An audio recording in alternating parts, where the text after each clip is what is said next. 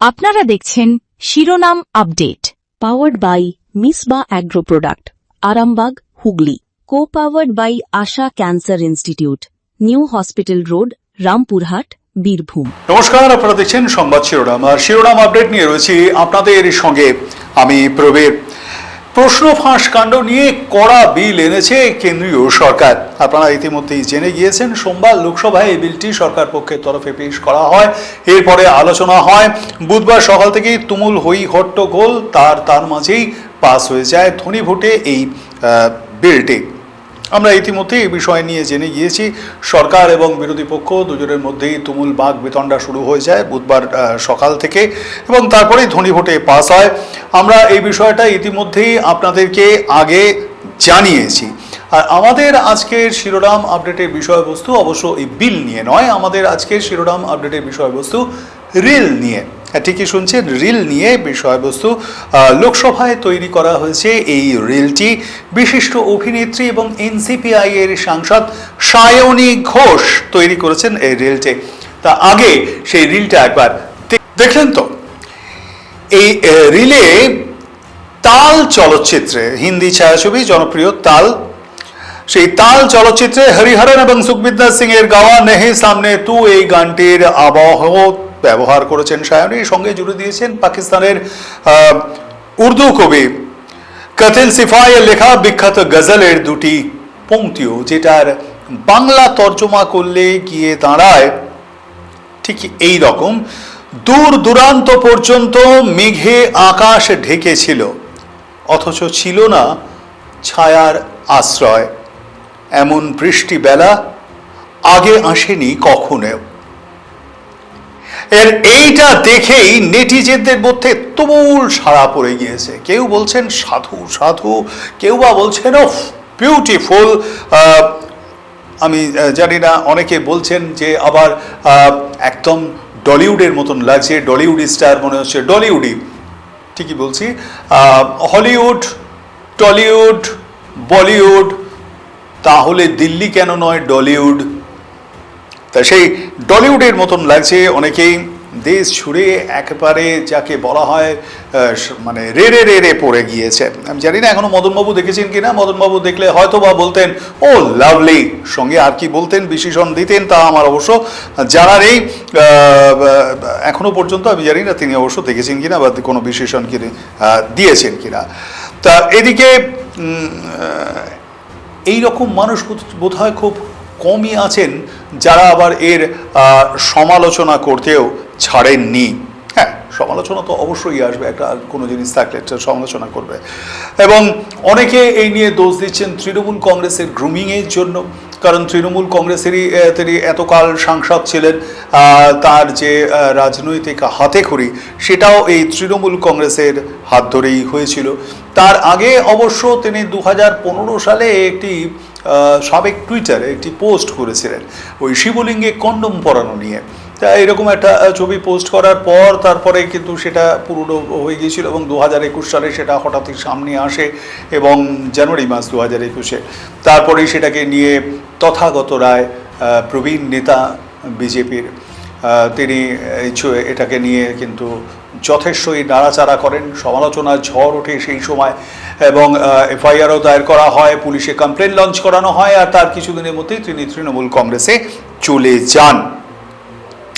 তা তৃণমূল কংগ্রেসের গ্রুপিংকে নিয়ে অনেকেই এবার প্রশ্ন করছে যে সেখানের গ্রুপিং হয়েছে বলেই এইরকম একটা ব্যাপার, কারণ সেখানে বেশিরভাগই সবই অভিনেত্রী, সিরিয়াল করেন সেই সমস্ত মানুষজন, এবং তাদেরকে নিয়েই অনেকে থাকতে ভালোবাসেন এই তৃণমূল কংগ্রেস দলটি, বা ছিল সেই রকমই।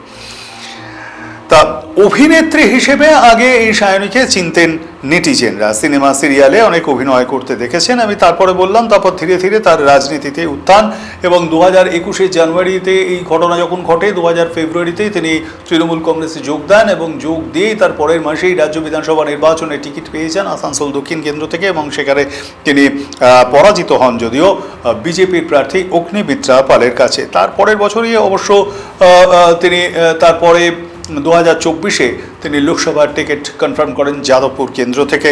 মাঝের এই সময়টায় তিনি রাজ্য নেত্রী হয়ে ওঠেন। জিন্স টপ ইত্যাদিতে অভ্যস্ত সায়নী সেই সময় দাঁড়িয়ে হঠাৎ করে পায়ে এমনি স্লিপার, সঙ্গে শাড়ি, সাদা শাড়ি ইত্যাদি ইত্যাদি পরা শুরু করতেন। এবং এই যে টাইমটা কিন্তু তিনি দাঁড়িয়ে বিভিন্ন মঞ্চে, অবশ্যই তৃণমূল কংগ্রেসের বিভিন্ন মঞ্চে দাঁড়িয়ে তিনি যেমন কথায় কথায় গান বাঁধতেন এবং তার পাশাপাশি বিজেপি নেতৃত্বের প্রধানমন্ত্রী নরেন্দ্র মোদী, কেন্দ্রীয় স্বরাষ্ট্রমন্ত্রী অমিত শাহ তাদের তুলোধনা করতেন এবং অবশ্যই দিদি আর অভিষেকের জয়গান করেই তার দিনটি কেটে যেত।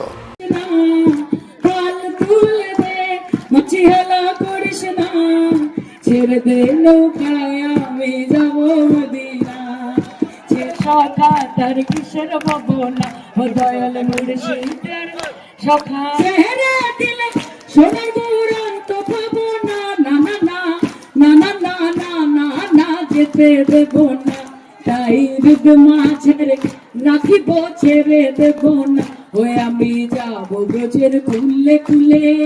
সম্প্রতি তাদেরকে নিয়ে আবার কিন্তু টানাপোড়েন শুরু হয়ে গিয়েছে, কারণ বিধানসভা নির্বাচনে দল ধরাশায়ী হলো যখন, তারপরে এই সায়নী ব্যাট ধরেছিলেন মমতা বন্দ্যোপাধ্যায়ের হয়ে এবং যখন একে একে সব দল ছাড়ছেন ঠিক সেই সময় হঠাৎ করেই তিনি ক্যামেরার সামনে বলছেন যে কেন দল ছেড়ে যারা যাচ্ছে, যখন তারা ভালো ছিল, যখন মমতা বন্দ্যোপাধ্যায়ের ভালো সময় ছিল, দল যখন ক্ষমতায় ছিল তখন তারা দিদির পাশে ছিল, আজকে যখন মমতা বন্দ্যোপাধ্যায়ের খারাপ সময় তখন কেন যাচ্ছে তারা, এই নিয়ে তারা প্রশ্ন তুলেছিলেন। এবং একই সঙ্গে প্রশ্ন এটাও তুলেছিলেন যে এই যে তাদের আজকে খারাপ লাগছে বা দমবন্ধ হয়ে আসছে যে কেন এই কথা বলছেন তারা, দলে তো স্বাধীনভাবে মতামত প্রকাশের নাকি একটা স্পেস ছিল, এমনটাই তখন বলেছিলেন সাংবাদিকদের সামনে এই সায়নী ঘোষ। আর তারপরেই কিন্তু সায়নীর অন্তর্ধান, তাকে আর দেখতে পাওয়া যায়নি দীর্ঘদিন ধরে। এবং যখন তাকে আবার দেখতে পাওয়া গেল, দিনটা আমার যতদূর মনে পড়ছে জুন মাসের 11 তারিখে, ঠিক যখন ওই ইন্ডিয়া শিবিরের বৈঠকে যোগ দিতে পিসির সঙ্গে ভাইপো গিয়েছিলেন দিল্লিতে, তারপরে আগের দিন ফিরে এলেন পিসি, ভাইপো এয়ারপোর্টে এসেও কিন্তু কলকাতার বিমান ধরলেন না, তার কারণ তখনও পর্যন্ত সই কাণ্ড নিয়ে কলকাতা হাইকোর্ট তাকে রক্ষা কবচ দেয়নি। রক্ষা কবচ যখনই পেলেন তারপরে কিন্তু 11 তারিখ তিনি দিল্লি থেকে উড়ে এলেন কলকাতায়, কালীঘাটের বাড়ি ছুঁয়েই কিন্তু তারপরে সরাসরি চলে যান ভবানী ভবনে সই কাণ্ডে হাজিরা দিতে। ঠিক সেই দিনেই এই সায়নীকে বিকেলবেলা দেখতে পাওয়া গিয়েছিল কলকাতা বিমানবন্দরে। জিন্স এবং কালো টপ ছিল এবং সঙ্গে মাস্ক ছিল, চোখে সানগ্লাসও ছিল, এবং সেইটা নিয়ে কালীঘাটি তৃণমূল কংগ্রেসের যিনি মুখপাত্র বিধায়ক কুণাল ঘোষ, তিনি বলেছিলেন যে এই ছবিটা তো করোনার সময়ের ছবি, কিন্তু একটা করোনা কাল হয়েছে গিয়ে 2020-21-এ, সেই সময়ের ছবি কখনো এক হতে পারে এই সময়? এটা কুণালবাবুও জানেন যে কুণালবাবু যা বলছেন সেটা কখনোই ঠিকঠাক নয়, ভুলভালই বলছেন। সাংবাদিকরা ঠিকঠাকই সেদিনকে দেখিয়েছিল ছবিটা, এবং পরবর্তীকালে তার পরের দিনই সেটা দেখা গেল যে সায়নী ঘোষ দলত্যাগী, অর্থাৎ দল ছাড়ছেন। তা সেই সায়নী ঘোষ ইতিমধ্যেই তিনি NCPI-তে যোগ দিয়েছেন এবং তাদেরকে এনডিএর বৈঠকে আমন্ত্রণ জানানো হয়েছিল। কেন্দ্রীয় স্বরাষ্ট্রমন্ত্রী অমিত শাহ যেখানে ছিলেন প্রধানমন্ত্রী নরেন্দ্র মোদী এবং বিজেপির অন্যান্য নেতৃবৃন্দ সেখানে উপস্থিত ছিলেন, এবং সেই বৈঠকে যোগ দেওয়ার পর যার পর্যায়ে আহ্লাদিত হয়েছেন এই সায়নী ঘোষ। শুনুন। पहली बार एनडीए की मीटिंग में हिस्सा लिया और बहुत ही एनरिचिंग, बहुत ही इन्फॉर्मेटिव एक मीटिंग थी। आदरणीय प्रधानमंत्री जी वहां पे उपस्थित थे, गृह मंत्री जी थे, दूसरे माननीय मिनिस्टर्स भी थे। आज एफटीएस पे विस्तारित रूप से आलोचना की गई और उसके साथ ब्लू इकोनॉमी जो है हमारे देश में बढ़ती हुई एक इकोनॉमी, उस सेक्टर पे भी प्रेजेंटेशन दिया गया। अच्छा लगा मुझे, सकारात्मक आलोचनाएं। শুনলেন যে এনডিএর বৈঠক থেকে বেরিয়ে সায়নী ঘোষ বলেছেন যে খুবই চিত্তাকর্ষক, খুবই ভালো তথ্যবহুল অভিজ্ঞতা অর্জন করেছেন তিনি ওই বৈঠকে। অনেক কিছু তিনি শিখতেও পেরেছেন তেমনটাই জানিয়েছেন এবং খুব সমৃদ্ধ হয়েছেন বলেও দাবি করেছেন। সায়নী দেবী এতটাই সমৃদ্ধ যে আনন্দে আস্ত একটা রিলি বানিয়ে ফেললেন যাদবপুরের এই সাংসদ। আর এই নিয়ে অবশ্যই আমরা আলোচনায় থাকবো আরও একটা বিষয় নিয়ে, তিনি অবশ্য কল্যাণ বন্দ্যোপাধ্যায় এবং তার কি অবস্থা, তিনি কিভাবে ঘুরে বেড়াচ্ছেন সংসদ ভবনে, সেটাও কিন্তু আমরা সংসদ চত্বরে ভালো তা আমরা সেটাও আপনাদের সামনে তুলে ধরবো। তবে তার আগে শিরোনাম আপডেটে এখন নিয়ে নেব ছোট্ট একটা বিরতি, সঙ্গে থাকুন। প্রতিদিনের একঘেয়েমি সরিয়ে রেখে রঙিন প্রকৃতির কোলে প্রকৃতির সঙ্গে কয়েকটা দিন কাটিয়ে শরীর ও মনটাকে একটু হালকা করতে চলে আসুন রিসার্চ ত্রিমূর্তি। আমরা আপনাদের সকল প্রকার পরিষেবায় সব সময় প্রস্তুত। আমাদের ঠিকানা উত্তর ধূপঝোড়া রোড, মূর্তি, পশ্চিমবঙ্গ 735206। যোগাযোগ 706-33505093824389667। টিউলিপ হসপিটাল, বাগনান ওটি রোড, হাওড়া। পেশেন্ট আপনার, দায়িত্ব আমাদের। কম খরচে ভালো চিকিৎসার সেরা ঠিকানা। 24 ঘন্টা এনজিওগ্রাফি, এনজিওপ্লাস্টি এবং ক্রিটিক্যাল কেয়ার সহ আধুনিক পরিষেবাও রয়েছে। যোগাযোগ করুন আজই 8585007039, 8585007034 এবং 9831802313 এই নম্বরে। আপনারা দেখছেন শিরোনাম update, powered by Misba agro product, Arambagh, Hooghly. Co-powered by Asha Cancer Institute, New Hospital Road, Rampurhat, Birbhum. সঙ্গে থাকবার জন্য ধন্যবাদ। ফিরে এলাম বিরতির পর। আপনারা দেখছেন শিরোনাম আপডেট। আর বিরতির আগে আমরা যেটা ছিলাম যে সায়নীর রিলে, যে সায়নী যে রিল করেছেন সেই বিষয়টাতে নিয়েছিলাম, এবং মাত্র কিছুদিন আগেকার কথা, আমার যতদূর মনে পড়ছে তারিখটা এপ্রিল মাসের 11-12 নাকি না, পয়লা বৈশাখের পর 24শে এপ্রিল, আমার যতদূর মনে পড়ছে 24শে এপ্রিল আম আদমি পার্টি ছেড়ে রাঘব চাড্ডা তিনি যোগ দিয়েছেন 7 জন সাংসদকে নিয়ে এসে ভারতীয় জনতা পার্টিতে। আর এইটা নিয়ে যখন সায়নীকে প্রশ্ন করা হয়েছিল, সায়নী তার কি জবাব দিয়েছিলেন নিশ্চয়ই আপনাদের মনে আছে। যদি মনে না থাকে তাহলে আরো একবার শুনে নিন সেদিনকে ঠিক দাঁড়িয়ে কি বলেছিলেন সায়নী ঘোষ। सायोनी घोष है ना, वो चड्डा नहीं है, इसीलिए वो चड्डा चड्डी नहीं होगा कभी। तुम्हारे पास ईडी सीबीआई है, करोड़ों रुपए हैं और बहुत क्षमता है आपके पास, यू हैव पावर। पर हमारे पास एक ही हवाई चप्पल और सफेद साड़ी वाली ममता है। आपने बोला ममता दीदी को 2029 में प्रधानमंत्री बनाना है। वो तो बनाना है ही। मैं तो अपने लीडर को प्रधानमंत्री देखना चाहती हूँ। 2029 সালে তার দলের নেত্রী মমতা বন্দ্যোপাধ্যায়কে তিনি প্রধানমন্ত্রী হিসেবেই দেখতে চান। সেই দিদি হেরে যাওয়ার পর সায়নীও এখন এনসিপিআইতে চলে গিয়েছেন দিদির সঙ্গ ত্যাগ করে। আর যে যাদবপুরে মানুষ তাকে ভোটে জেতালেন, এ পর্যন্ত দাঁড়িয়ে তার নির্বাচনী এলাকার জন্য কবি সুভাষ থেকে শুরু করে বারুইপুর পর্যন্ত মেট্রো প্রকল্পের কাজ দীর্ঘ 13 বছর ধরে কেন আটকে রয়েছে এই বিষয়ে তিনি প্রশ্ন তুলেছেন সংসদে। এছাড়া নিজের সংসদীয় এলাকার জন্য বিশেষ কিছু দাবি দেওয়া করে এবং সেটা আদায় করে আনতে পেরেছেন বলে এখনো কোনো খবর সেভাবে কিন্তু নেই।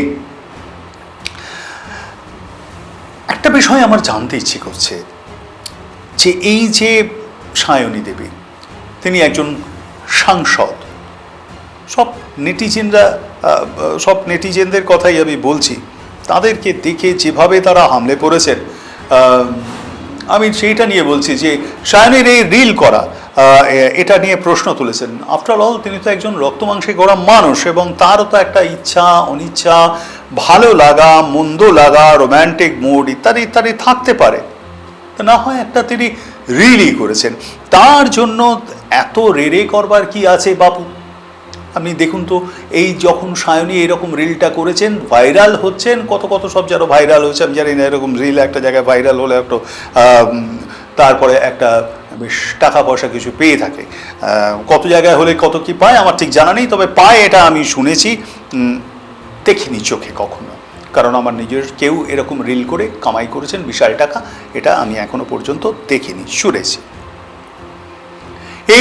এই যখন অবস্থা, তখন সেই জায়গায় দাঁড়িয়ে কল্যাণবাবুর অবস্থাটা ঠিক কি রকম একবার দেখুন স্বচক্ষে।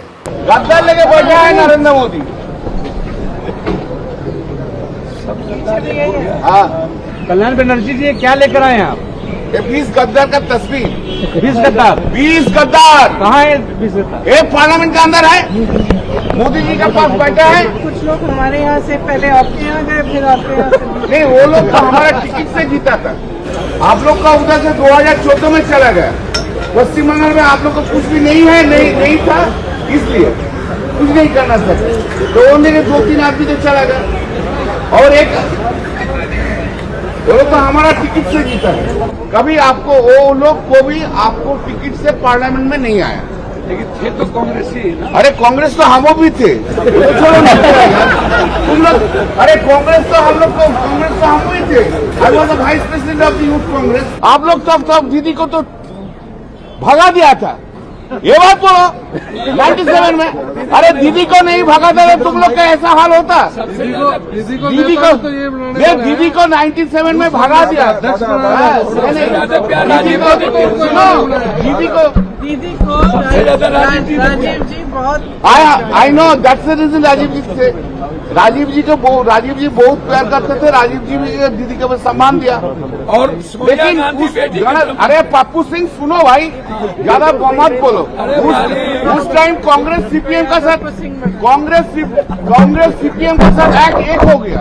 सीपीएम के बारे में जब हम लोग बोलते थे, दीदी जब बोलते थे उसने दीदी को निकाल दिया था। कांग्रेस साथ है ना? हाँ है, हम भी थे। কেমন যেন মনে হচ্ছে না কল্যাণবাবুকে দেখে। এই কল্যাণবাবু তৃণমূল কংগ্রেস মানে ওই কালীঘাটপন্থী সর্বভারতীয় তৃণমূল কংগ্রেস নামে যে আঞ্চলিক দলটা রয়েছে সেই আঞ্চলিক দলেরই একজন সাংসদ এবং বিশিষ্ট আইনজীবীও বটে। কলকাতা হাইকোর্টে যথেষ্টই তার নামডাক, যথেষ্ট প্রসার রয়েছে। সেই কল্যাণবাবুই দলের সাংসদদের নিয়ে কটু মন্তব্য এবং অসদ আচরণের জন্য আপাতত তাকে এই সেশনটাই সাসপেন্ড করে রেখে দিয়েছেন লোকসভা স্পিকার ওম বিড়লা। আর তারপরে কল্যাণবাবুর অবস্থা দেখুন। কল্যাণবাবু কোথায় এসে কলকাতায় ওকালতি করবেন তার সেটা নয়, তিনি সেখানে রয়েছেন বা নিজের অন্যান্য কাজকর্ম তো থাকে, সেই সমস্ত জায়গায় রয়েছেন। দলের কাজ আছে কিনা আমি এখন বলতে পারবো না, কারণ সেটা আমি বলছি সেই বিষয়টা নিয়ে। তা এখন সামনে পেছনে ওই সাংসদদের, ওই 20 জন সাংসদদের পোস্টার নিয়ে তিনি গদ্দার বলে চেঁচাচ্ছেন। এমনভাবে বলছেন যে পার্লামেন্ট के अंदर में पश्चिम बंगाल के 20 गद्दार मौजूद है। এমনভাবে বলছেন যেন মনে হচ্ছে যে ওই 20টা গদ্দার পশ্চিমবঙ্গ থেকে ওই পার্লামেন্টের মধ্যে প্রবেশ করেছেন বা মজুদ রয়েছেন বলেই হয়তো তিনি বাইরে ওইভাবে ঘুরে বেড়াচ্ছেন। অনেকটা এইরকমই এক ব্যাপার। এবং তাকে দেখে প্রিয়াঙ্কা গান্ধী বডরা বা পাপু সিং বা অন্যান্য কংগ্রেস নেতৃবৃন্দ তারা সব নিজেদের মধ্যে হাসাহাসি করছে। সায়নীদের যখন একদিকে টালমাটাল পরিস্থিতি, তার কারণ হচ্ছে গিয়ে এই সায়নীদের যে 20 জন সাংসদের কথা বলেছে তার মধ্যে থেকে 6 জন কি 7 জন তারা যদি তৃণমূল কংগ্রেসে প্রত্যাবর্তন করে তাহলে বাকি যারা রয়েছে তাদের সাংসদ পদ খারিজ হয়েছে, আবার সম্ভাবনা একটা রয়েছে কিন্তু। আর তারা এই যে 20 জন, তারা এই 20 জন মিলেই এই মুহূর্তে কিন্তু এনসিপিআইতে রয়েছে। কতদিন থাকবেন জানি না, এনসিপিআই বলে কতদিন, এনসিপিআই এর দোহাই দিয়ে কতদিন চলবে জানি না। আপাতত তারা এনডিএকে সমর্থন করবেন, এনডিএ ব্লকে তারা বসছেন এবং সেই মর্মে এনডিএ গ্রুপে তাদেরকে ইতিমধ্যেই সংযুক্তিকরণ করা হয়ে গিয়েছে। এই 20 জনকে এক্ষুনি কিন্তু বিজেপি নিচ্ছেন এমন কোনো খবর নেই। তবে অনেকেই এটা বলছেন যে পিঠ বাঁচানোর জন্য গেছেন। আমি সেদিকে আসবো পরের দিকে। ওদিকে কল্যাণবাবুও কিন্তু তারাও কিন্তু খুব একটা ভালো জায়গায় নেই, কারণ ইতিমধ্যেই পুরো ব্যাপারটা জাতীয় নির্বাচন কমিশনে গেছে যে তৃণমূল কংগ্রেস কে আসল কে নকল এই যখন নিয়ে টানাটানি চলছে, তখন 21শে জুলাইয়ের যে মঞ্চ, সেই মঞ্চে কল্যাণবাবু ভাষণ দিচ্ছিলেন এবং তাঁর ভাষণ তাকে থামাতে বলেন। সেখানে মঞ্চে সকলের সামনে অপমান করেন তাকে মমতা বন্দ্যোপাধ্যায়, অন্তত এমনটাই বলেছেন কল্যাণ বন্দ্যোপাধ্যায়। ঠিক তার পরের দিন সাংবাদিকদের ডেকে সেদিনকে ঠিক কি বলেছিলেন শুনুন। বললো যে তাহলে বলো, তো আমি আবার শুরু করলাম। এবার আমি শুরু করার পরেই কিছুক্ষণ পর অভিষেক এলো। তো অভিষেক আসার পর সারা মঞ্চ ঘুরে বেড়ালো, হাততালি কুড়ালো। তো আমাকে তো 5-7 মিনিট তো আটকে থাকতে হয়েছে, 5-7 মিনিট এখানে যাচ্ছে। একটা বক্তৃতা দেওয়ার সময় ওভাবে ঘুরতেও নেই, সেটাও একটা নর্মাল কাটছি। বক্তৃতা শেষ হয়ে গেলে ঘুরুক না। একটা যখন কেউ বক্তৃতা দিচ্ছে তার মধ্যে বক্তব্যের মধ্যে ডিস্টারবেন্স যেন না হয়।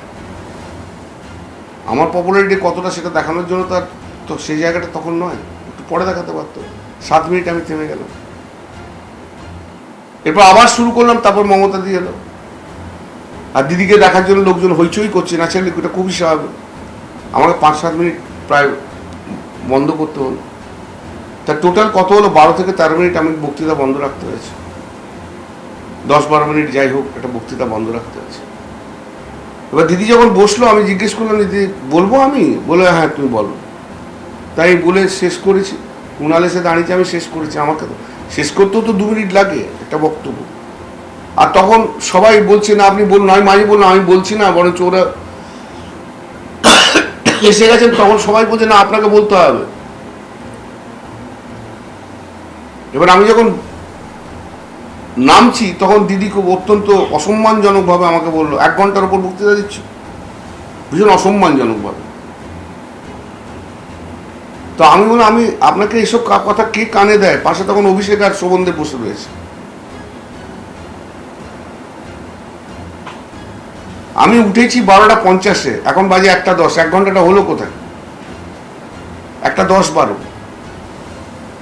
তার মধ্যে 10 মিনিট ওখানে চলে গেছে। না আরো অনেক বক্তা আছে, আমার কেউ তো আমার বলেনি যে লিস্টে তো কারো বক্তার নাম আমাকে কোনো তো বলেইনি, তাহলে তো তারাই দিতে পারত। এইরকম ভাবে পাবলিক হিউম্যানিটি তো ভালো লাগে না দিনের পর দিন। দিদিকে এও বলেছি, যাদের আপনার যত নেতা আছে না এখানে, যাদের যাদের বক্তৃতা দিয়েছেন, তারা একটাও গত 2 মাস 2.5 মাসে যায়নি কোথাও। অভিষেক বন্দ্যোপাধ্যায় অত বড় লিডার, তো 2 মাস 2.5 মাস ঘুরলো না কেন? শোভনদেব চ্যাটার্জি অত বড় লিডার, ঘুরলো না কেন? দিদির কথায় যারা অত বড় বড় লোক, তারা ঘুরলো না কেন? আমি তো ঘুরেছি সমস্ত রিস্ক নিয়ে। এসব তো ওয়ার্কারদের যেখানে যেখানে বেশি রয়েছে, সেখানে আমি যে তাদের সাহস জুগিয়েছি। এটা তো মানতে হবে একটা জায়গায় এসে। আর দিদির অত ঘন ঘন বিরক্ত হলে হবে না।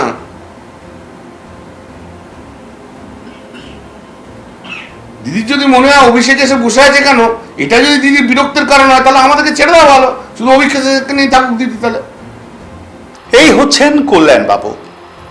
প্রিয়াঙ্কাদের বলছেন তিনিও নাকি কংগ্রেসে ছিলেন, আবার বলছেন কংগ্রেসের নয় আমাদের টিকিট, অর্থাৎ তৃণমূল কংগ্রেসের টিকিটই তারা জিতেছেন, এমনটাই কিন্তু বলছেন। কখনো কালীঘাটপন্থীদের যুবরাজকেও আবার তুলনা করছেন, কখনো দিদির বিষোদ্গার করছেন এই কল্যাণবাবু, আবার এই 20 জন সাংসদদের গদ্দার গদ্দার বলেও তিনি কিন্তু চেঁচাচ্ছেন। এর একটা কিন্তু পজিটিভ প্রচারও রয়েছে জানেন। ওই যে 20 জন সাংসদের সামনে পেছনে ছবি নিয়ে ঘুরে বেড়াচ্ছেন কল্যাণ বন্দ্যোপাধ্যায় সংসদ ভবনে, সংসদ চত্বরে সামনে। তো এই যে সাংবাদিকদের দেখাচ্ছেন, মানে ওই যে 20 জন সাংসদ যারা দলত্যাগ করেছেন, তাদের কিন্তু একটা প্রচারও হয়ে যাচ্ছে। এখানেও কিন্তু একটা প্রশ্ন, তাদের প্রচার করার জন্যই কল্যাণবাবু এই কাজটা করছেন না তো? প্রশ্ন কিন্তু আসে। আবার আর একটা কথা, তিনি নিজে কিন্তু এখনো পর্যন্ত ছাড়েননি, আবার ধরেও যে রেখেছেন পুরোপুরি তাও কিন্তু নয়। কখনো মমতা বন্দ্যোপাধ্যায়কে রয়েছেন আপনি থাকুন আপনার ভাইপোকে নিয়ে, অভিষেককে নিয়ে, আমরা সব চললাম, আমাদের ছেড়ে দিন। ছেড়ে দিন বলেই মমতা যে ছেড়ে দেবেন তাও তো নয়, কারণ সবাই তো প্রায় চলে গেছে, মমতা বলবেন না যে তুমি যাও। আর তিনিও এইরকমভাবেই একটা প্রেশারে কিন্তু রেখে দিয়েছেন তাদের মধ্যে। এখন আরও একটা বিষয় যেটা আমি আগে বললাম যে তারা সব পিঠ বাঁচাতে গিয়েছে, দেখুন তাহলে প্রশ্ন আসে যে এতদিন তাহলে কি পিঠটা বাঁচাচ্ছিল কে? যারা ক্ষমতায় ছিল রাজ্যে তারা। যদি তাই হয়ে থাকে তাহলে এই মুহূর্তে ক্ষমতা চলে যাওয়ার পর তারা সেখানে চলে গিয়েছেন নিজেদের পিঠ বাঁচাতে, মানে তারা নিজেরাও এই বিষয়টা সম্পর্কে ওয়াকিবহাল যে তারা প্রত্যেকে কোনো না কোনোভাবে দুর্নীতির সঙ্গে জড়িত ছিলেন বা হয়তো বা এখনো পর্যন্ত আছেন। এটা তো তার মানে ধরে নেওয়া যেতেই পারে। দলটা সম্বন্ধেও বলা যেতে পারে এই যে দুর্নীতির সঙ্গে যারা জড়িত ছিল তাদেরকেই বা কেন তিনি সাংসদ করেছিলেন তিনি, মানে মমতা বন্দ্যোপাধ্যায় দলনেত্রী। কারণ এর দায়িত্ব যখন কিছু হবে তার দায়িত্ব যদি তার ওপর বর্তায়, তাহলে খারাপ কিছু হলেও তো তার ওপর দায়িত্ব বর্তায়। যে কোনো অনুষ্ঠানে সেই সময় গত 15 বছরে দেখবেন মমতা বন্দ্যোপাধ্যায়ের অনুপ্রেরণায় কি তাহলে দুর্নীতিগুলোও হয়েছিল? কারণ তার দায়িত্ব তাকেই নিতে হবে, তাই নয় কি? ভুল বললাম কথাটা? আপনাদের কি মনে হয়? অবশ্যই কমেন্ট বক্সে মতামত করে জানাতে ভুলবেন না, আর লাইভ শেয়ার সাবস্ক্রাইব করবেন। শিরোনাম আপডেট আছে এ পর্যন্তই, দেখতে থাকুন সংবাদ শিরোনাম। নমস্কার। আপনারা দেখছেন শিরোনাম update, powered by Misba agro product, Arambagh, Hooghly, copowered by Asha cancer institute, new hospital road, Rampurhat, Birbhum.